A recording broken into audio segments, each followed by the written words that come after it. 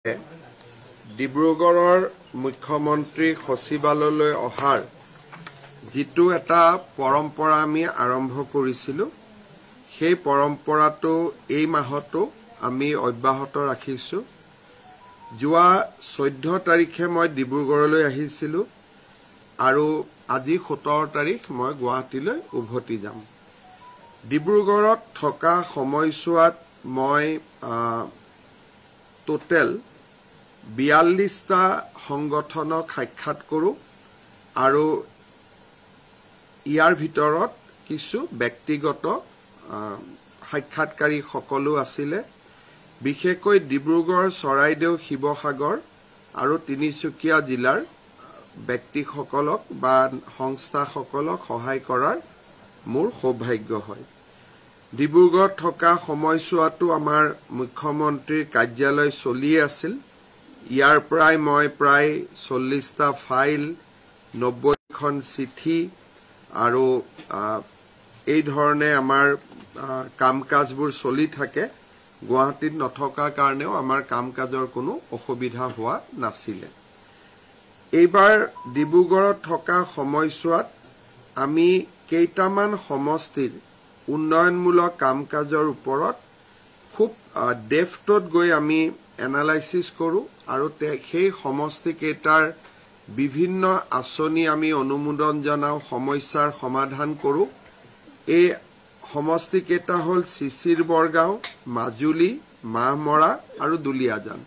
এই চাৰিওটা সমষ্টিৰে গুৰুত্বপূৰ্ণ ৰাস্তা, ইলেক্ট্ৰিচিটি, মথাউৰি, মাটি সম্পৰ্কীয় বিভিন্ন সমস্যা এই সময়ছোৱাৰ ভিতৰতে আমি সমাধান কৰোঁ।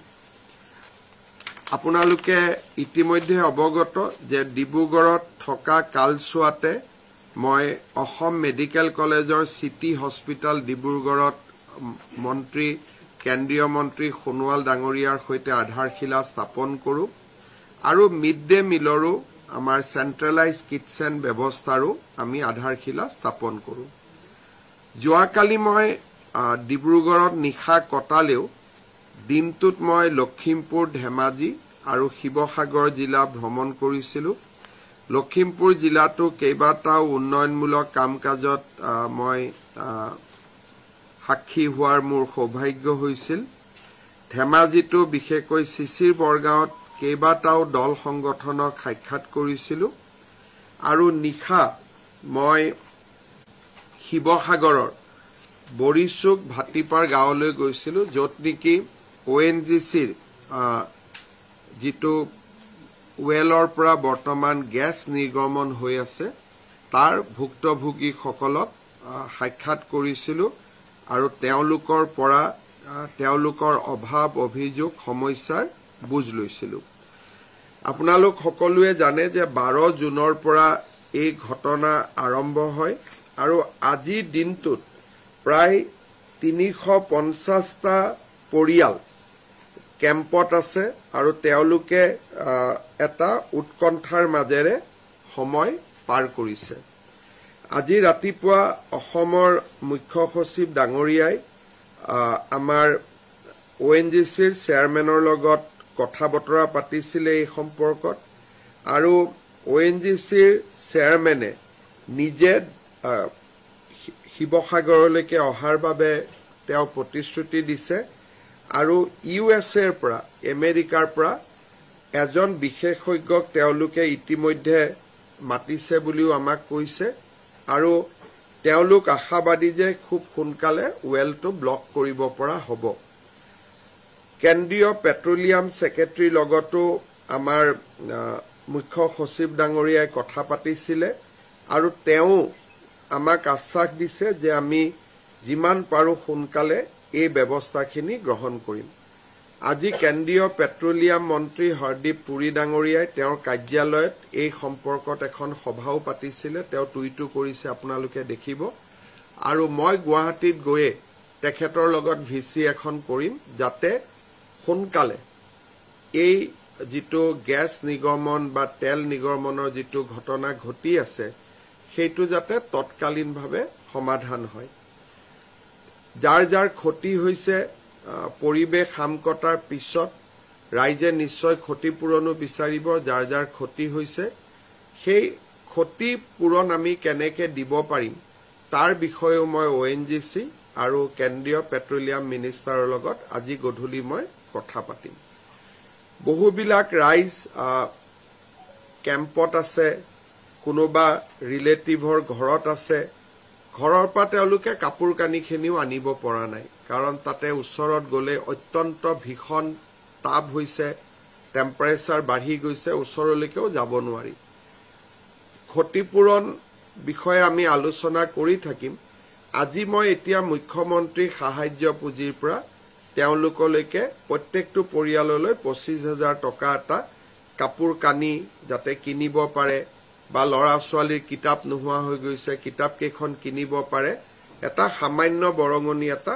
মই এতিয়া আগবঢ়াম কিন্তু ইয়াৰ লগত ক্ষতিপূৰণৰ কোনো সম্পৰ্ক নাই এইটো CM ৰিলিফ ফাণ্ডৰ পৰা আগবঢ়োৱা এটা সৰু ব্যৱস্থা এটা আৰু লাগিলে আৰু যদি তেওঁলোকক প্ৰয়োজন মই আৰু তেওঁলোকক মোৰ ফালৰ পৰা সহায় কৰিম কিন্তু ক্ষতিপূৰণৰ মুখ্য বিষয়টো ONGCৰ লগত আমি সমাধান কৰিব লাগিব প্ৰথম প্ৰায়োৰিটি হৈছে যাতে ওয়েলটো আমি বন্ধ কৰিব পাৰো দ্বিতীয় প্ৰায়োৰিটি হৈছে আমি যাতে পৰিয়ালকেইটাক ক্ষতিপূৰণ দিব পাৰো 332 of exactly not 350 10 or 15 will be less so গতিকে এই গোটেইখিনি কাম যোৱাকালি মই দেখি অহাৰ পিছত হাতত লৈছো আৰু আজি গুৱাহাটীত গৈয়ে যেতিয়া মই পুৰি ডাঙৰীয়াৰ লগত ভিসি এখন কৰিম তেতিয়া গোটেই কথাখিনি আৰু পৰিষ্কাৰ হ'ব তেতিয়া মই অহাকালি বা গধূলি মোৰ টুইটত আপোনালোকক গোটেই কথাখিনি জনাব পাৰিম কিন্তু আমেৰিকাৰ পৰা এজন বিশেষজ্ঞ তেওঁলোকে অনাৰ যিটো প্ৰস্তাৱ দিছে তাকো মই ফলো আপ কৰিম আৰু মানুহখিনিক যাতে কোনো কাৰণতে পৰিৱেশটো বেয়া নহয় বা মানুহখিনিৰ ক্ষতি নহয় তাৰ বাবে ব্যৱস্থা লম আৰু অহা কালি বা পৰহি পৰিস্থিতি নিৰীক্ষণ কৰি থাকিম আৰু দৰকাৰ হলে মই আকৌ এবাৰ শিৱসাগৰলৈকে আহিম আপোনালোকে যদি কিবা খুদিব খুজে খুদিব পাৰে তাৰ আগতে মই ডিব্ৰুগড়ৰ লগত জড়িত এটা সৰু খবৰ এটাও দি দিও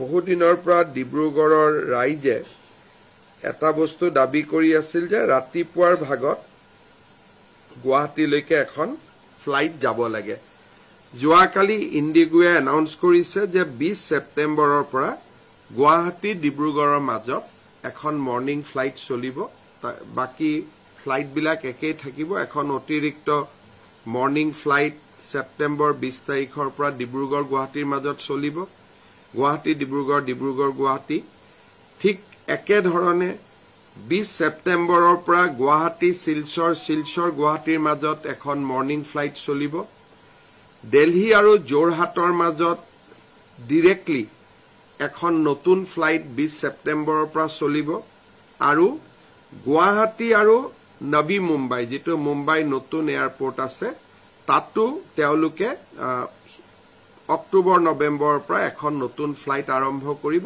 তাৰ ডেট যদিও তেওঁলোকে এতিয়াও দিয়া নাই কাৰণ তাতো এয়াৰপোৰ্টটো এতিয়ালৈকে ৰেডি হৈ উঠা নাই কিন্তু তিনিখন নতুন flight Delhi Jorhat September 20 additional daily early morning flights Guwahati Silchar Guwahati Dibrugarh এইখিনি আপোনালোকে নতুনকৈ পাব বিশেষকৈ ডিব্ৰুগড়ে পাব এইখিনি এটো এটা ভাল খবৰ আছিল মই আপোনালোকক জনালো অহা মাহত মই আকৌ আহিম আৰু কেইবাটাও অহা মাহতো ডেভেলপমেন্ট কাম থাকিব আৰু অহা মাহতো মই 4 দিন থকাকৈ আহিম তেতিয়া খুব ভাল পদক্ষেপ লৈছে আপোনাৰ ব্যক্তিগত প্ৰচেষ্টাত এক চাৰিখন বিমানৰ কথা ইণ্ডিগোৱে ঘোষণা কৰিছে কিন্তু ডিব্ৰুগড়বাসীৰ বাবে যিহেতু আপুনি জানে যে নৈশ ভাগত কোনো বিমান নচলে কিন্তু এয়াৰপোৰ্টটো অলৰেডি ইকুইপড হৈ আছে আপুনি যদি এটা ফ্লাইটো আপোনাৰ প্ৰচেষ্টা যদি ঠিক আছে মই চেষ্টা কৰিম ৰাতিৰ কাৰণে চেষ্টা কৰিম মোক একেদিন ইয়াত আহোঁতে দিনৰ কথা ৰাতিপুৱাৰ কথা কৈ আছিল কাৰণে মই ৰাতিপুৱাটো কৰি দিলো ইভিনিংটো হ'ব ইভিনিং হলে মানে কি ৰাতি মানুহ ডিব্ৰুগড়ত নাথাকিব ৰাতিপুৱা আহি গধূলি গুচি যাব সেইকাৰণে পৰ্যটনৰ পৰা হেতু অলপ লষ্ট হয় সেইকাৰণে আমি সদায় চেষ্টা কৰো যে কোনোবা মানুহ আহিলে এটা দিন থাকি যাওক, নহলে হোটেলৰ ৰুমবিলাক খালী হৈ থাকিব, সব ৰাতিপুৱা আহিব গধূলি গুচি যাব। হয় হয় হয় হয়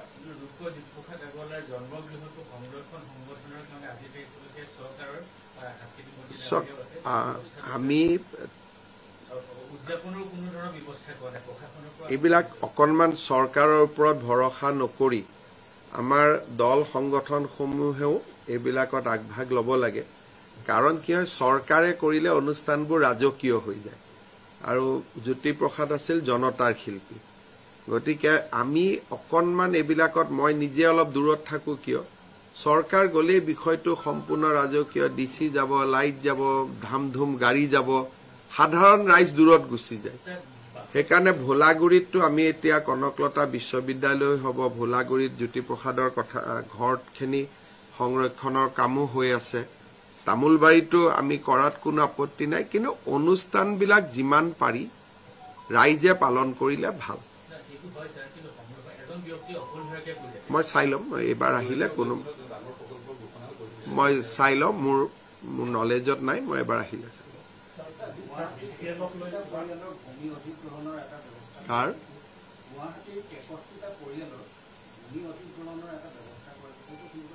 গুৱাহাটীৰ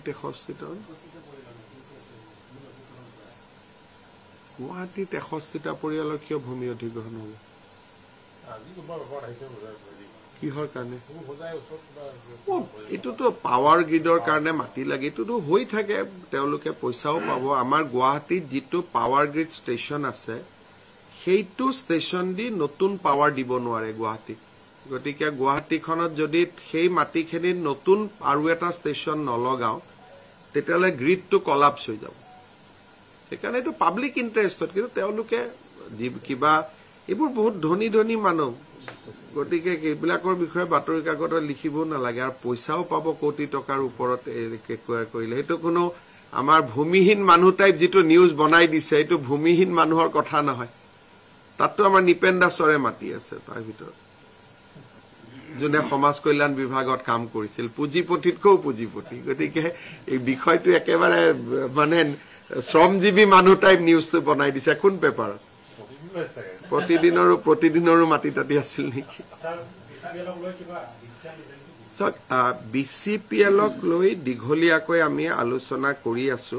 অনুষ্ঠানটোৰ এটা সংকট আছে, তেওঁলোকৰ কেইবাটাও সমাধান আছিলে। উৰিষ্যাত এটা মাটি লাগে বুলি কৈছিল পাৰাদীপত, মই নিজে লাগি আছো পাৰাদীপত মাটিটো দিবৰ কাৰণে। CISFৰ জেগাত অসম পুলিচক ৰাখিব লাগে বুলি কৈছিল, যাতে প্ৰায় 8-9 কোটি টকা বাচি যায়। তাৰো আমি ইতিমধ্যে নিৰ্দেশনা দিছো। আৰু ইয়াতে ফিনিছ প্ৰডাক্ট বনাবৰ কাৰণে ৱাল স্পুন বুলি গ্ৰুপ এটাইও গেছ ক্ৰেকাৰৰ লগত এতিয়া কথা পাতি আছে, যাতে BCPLৰ ভিতৰতে ফিনিছ প্ৰডাক্ট বনাব পাৰে, যাৰ ফলত উদ্যোগটো আৰু শক্তিশালী হ'ব। কিন্তু বৰ্তমান যি ধৰণে গেছ ক্ৰেকাৰ স্থাপন হৈছে, চৰকাৰে ৰাজ সাহায্য দি নাথাকিলে ই বন্ধ হৈ যাব। বৰ্তমানটো চৰকাৰে দি আছে, এই সময়ছোৱাৰ ভিতৰতে ইয়াৰ কিবা স্থায়ী কথা এটা আমি ভাবিব লাগিব। নুমলীগড়, অইল ইণ্ডিয়া সকলোৰে লগত মই কথা পাতি আছো, কিবা এটা ৰাস্তা উলিয়াব লাগিব। কিন্তু অন্ততঃ কেইবছৰমান চিন্তা নাই, যিহেতু কেন্দ্ৰীয় চৰকাৰ ৰাজ্য চৰকাৰ দুয়োটাই ইয়াক যি লছ হয় আমি বহন কৰি আছো, কিন্তু এটা সময়ত ইয়াত অসুবিধা হ'ব।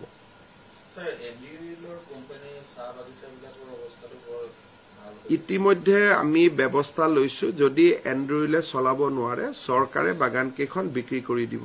তাৰ কাগজ পত্ৰৰ কাম ইতিমধ্যে বহুতখিনি আগবাঢ়ি গৈছে।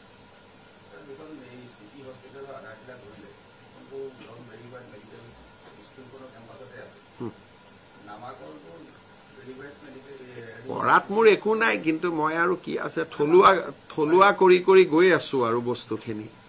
মানে আমাৰ কি হ'ল, এটা 75 ইয়াৰ্ছ যেতিয়া ভাৰত পাৰ হ'ল, তেতিয়া এটা লাহে লাহে মানুহৰ মনত এটা হৈছিল যে চব থলুৱা হৈ যাওক, গোটেইবিলাক আমাৰ নাম ধাম কাম। যেনেকে প্ৰধানমন্ত্ৰী জেগাটোৰ নাম আছিল ৰেচ কোৰ্চ, ঐতিহ্যমণ্ডিত নাম আছিল, তেওঁ কৰ্তব্য পথ কৰি দিলে। গতিকে ডিব্ৰুগড় ৰাইজে যদি বিচাৰে মোৰ কৰি দিয়াতে আপত্তি নাই কিন্তু আমি লাহে লাহে কাৰণ এই গোটেইবিলাকত যদিও নামত ধৰক কটন কলেজে ভাল ঐতিহ্যমণ্ডিত কিন্তু তাত কৰবাত এটা ঔপনিৱেশিকতাবাদৰো গুণ থাকে সেইকাৰণে এইবিলাক বহুত ৰাষ্ট্ৰজুৰি ডিবেট হৈ আছে বৰ্তমান যে নামবোৰ থাকিব লাগে নালাগে বহুতবিলাক ডিবেট সোশ্যাল মিডিয়াতো পাব ডিব্ৰুগড় ৰাইজে যদি মোক মেমৰেণ্ডাম দিয়ে মই কৰি দিম মোৰ এই ক্ষেত্ৰত নিজৰ কোনো মত নাই আপোনালোকে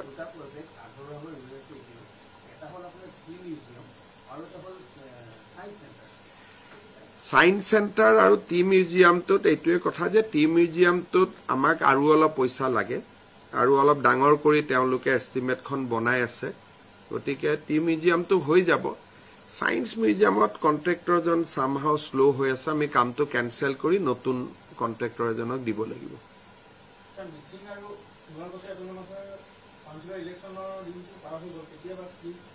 বৰ্তমান আমি সেপ্টেম্বৰত বড়োলেণ্ড অক্টোবৰত আমি শিলচৰ পাতিম নৱেম্বৰত আমি ভাবি আছো নৱেম্বৰ ডিসেম্বৰত মিছিং আৰু খনুৱাল আমি পাতিবৰ বাবে আমি এটা এজেন্ডা এটা বনাই ৰাখিছো কিন্তু বিটিসিৰ ইলেকশনটো বহুত ডাঙৰ ইলেকশন গতিকে বিটিসি টো আমি সেপ্টেম্বৰত পাতিব লাগিব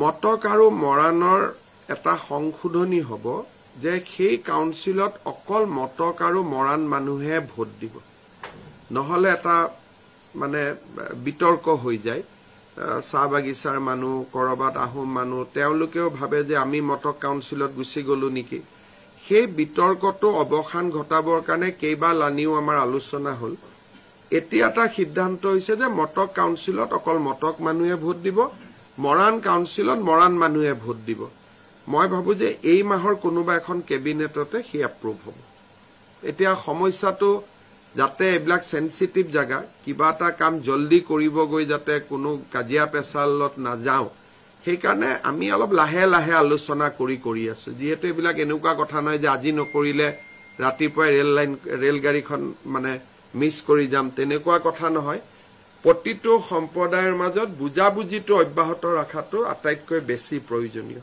এতিয়া প্ৰায় হৈ গল আজি ৰাতিপুৱা মই কথা পাতিছো গতিকে এতিয়া এখন এমএন হ'ব তাত মৰাণ মানুহে ভোট দিব মটক মানুহে ভোট দিব মৰাণ পৰিয়ালবিলাকহে কাউন্সিলত আহিব মটক পৰিয়ালবিলাকহে কাউন্সিলত আহিব বাকি কোনো কাউন্সিলত নাহে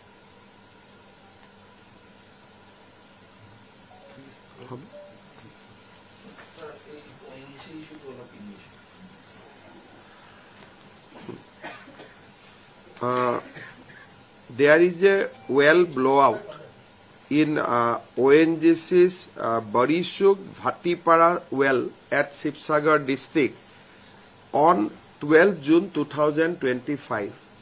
But in spite of the best effort put forwarded by ONGC, so far the gas leakage has not been stopped. People are suffering like anything. People are coming to a nearby school. They are camping there. Students are not able to going to schools, colleges. People are not able to resume their normal activity. There are a lot of sense of anger among the local people. I'll speak to Honorable Minister Petroleum today afternoon.